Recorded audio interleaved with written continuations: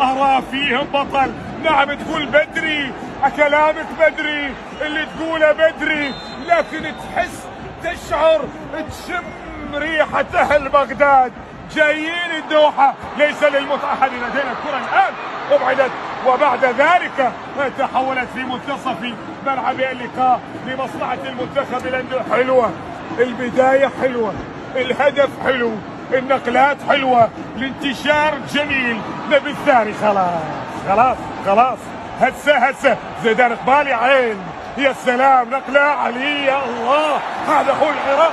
هنا لدينا علي جاسم في الجهة اليسرى، يمر يحاول الكرة العالية، ولا زالت المحاولة مهند علي رأسية، لكنها إلى حارسي المرمى. حلوين، هذا بس اللي نبيه. سجلنا، الآن راح نكيف والنقلات